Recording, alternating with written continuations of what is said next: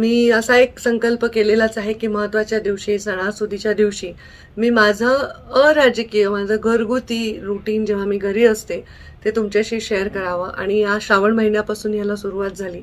श्रावणाचा महिना झाला, मग गणपती झाला, मग नवरात्र झालं, आता दिवाळीत सुद्धा मी लक्ष्मीपूजन सुद्धा तुमच्याबरोबर शेअर केलं. आता बलिप्रतिपदेच्या दिवशी, म्हणजे आपण त्याला पाडवा म्हणतो, हा अत्यंत महत्त्वाचा दिवस आहे आपल्या संस्कृतीमध्ये. 3.5 मुहूर्तांपैकी हा मुहूर्त आहे. या दिवशी कुठलंही शुभ कार्य आपण करू शकतो, कुठलीही खरेदी करू शकतो, कुठल्याही नवीन गोष्टीची सुरुवात करू शकतो. असा हा महत्त्वाचा दिवस आहे. याला बलिप्रतिपदा असं देखील म्हणतात. मी लहानपणी जेव्हा आजीला विचारायचे बलिप्रतिपदा ह्याला का म्हणतात, पाडवा म्हणजे काय, तेव्हा जी आजीने मला गोष्ट सांगितली, जी आता सगळ्यांना तुम्हाला माहितीच आहे, की बली हा असुर कुलात जन्मून देखील अत्यंत पुण्यवान आणि अत्यंत पराक्रमी असा राजा होता. 3ही लोकांवर त्यांचं साम्राज्य होतं आणि त्यामुळे त्या साम्राज्याला कोणीही हात लावू शकत नव्हतं. तेव्हा वामन रूपामध्ये स्वतः भगवान विष्णू त्यांच्याकडे गेले आणि त्यांना त्या राजाची ख्यातीच अशी होती की ते दानवीर असा बळीराजा होता. त्याच्या समोर आलेला कोणताही याचक कधीही रिकाम्या हाताने जात नव्हता. तेव्हा त्या वामनरूपी विष्णूंनी त्याला मागणी केली की मला काहीतरी दान दे, मी तुझ्या दारामध्ये आलोय. तेव्हा बळीराजांनी सांगितलं तुला काय पाहिजे. विष्णूंनी सांगितलं मला 3 पावलाची जमीन हवी आहे. आणि 3 पावलं जमीन विष्णूंनी मागितली.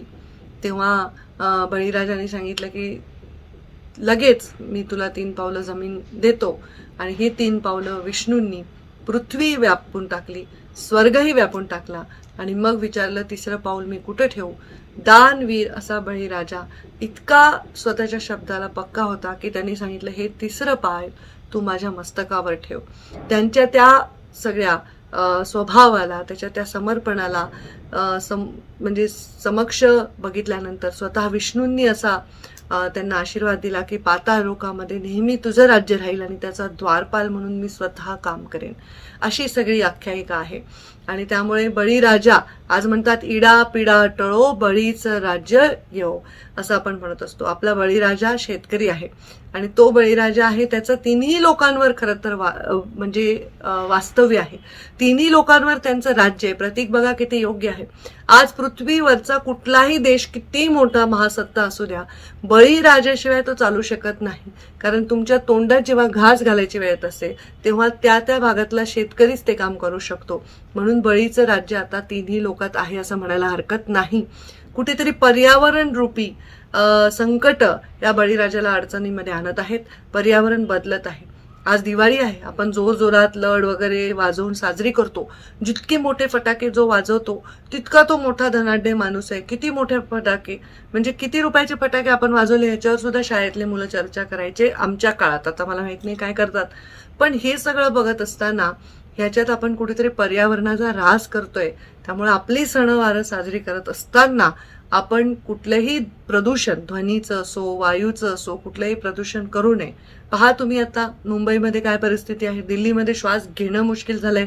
पुण्यासारखं शहर जे अत्यंत चांगलं शहर मानलं जायचं, प्रदूषण बिलकुल नसलेलं, त्याच काही वर्षामध्ये त्याची काय परिस्थिती झाली आहे. शहरीकरण वाढलंय, जमिनी शेतकरी विकतायत बिल्डरांना, बिल्डर मोठे मोठे कन्स्ट्रक्शन करतायत. त्याची आपल्याला गरजच आहे, आम्हाला गरज आहे, मला गरज आहे, तुम्हाला गरज आहे.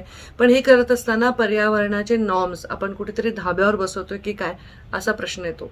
म्हणजे आत्ताच्या कलियुगात सुद्धा बळीचंच राज्य पृथ्वीवर आहे. बळीचंच राज्य 3ही लोकांवर आहे. बळीराजा जोपर्यंत पिकवणार नाही आपलं पोट भरणार नाही. त्या बळीराजाला हा समर्पित असा दिवस आहे. बलिप्रतिपदेच्या तुम्हाला खूप शुभेच्छा. आज सकाळची पूजा मी नाही पाठवू शकले कारण माझा लाडका बादशाह जो मधून मधून व्हिडिओ दिसत असतो तुम्हाला, तुम्ही नेहमी सांगता की ताई, कोणी म्हणतं कौतुकही करतं, कोणी म्हणतं हा मध्ये का दिसतोय. पण तो आमच्या घरामध्ये फार आम्ही प्राण्यांवर प्रेम करतो. माझ्या आईपासून ते आम्ही बहिणी, आम्ही सर्व, आमची मुलं खूप जीव लावतो आम्ही आमच्या घरातल्या.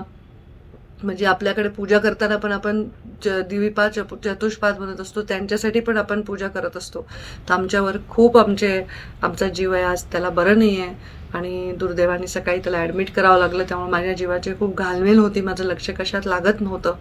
परत मी घरी आले, मी प्रार्थना केली त्याच्यासाठी, त्याच्या हितासाठी.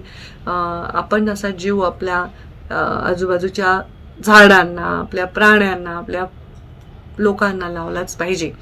तर आजचा दिवस फार महत्त्वाचा आहे, त्यामुळे सकाळी काही लोकांशी मला बोलता आलं नाही, फोन कट करावे लागले कारण त्याला ॲडमिट करण्याच्या ह्याच्यात होते मी. त्यांच्याशी आता मी संध्याकाळी संपर्क साधेन. लवकरच तो बरा होईल अशी मी ईश्वरचरणी प्रार्थना करते. ही दिवाळी, हा पाडवा तुम्हाला चांगला जाओ ही पण प्रार्थना करते. आजच्या दिवशी तुमच्या आयुष्यातून शुभ कार्य घडो आणि तुमचं जीवन सुख समृद्धी समाधानाने भरभरून जाओ हीच माझी ईश्वराच्या चरणी प्रार्थना. इडा पिडा टळो, बळीचं राज्य येवो.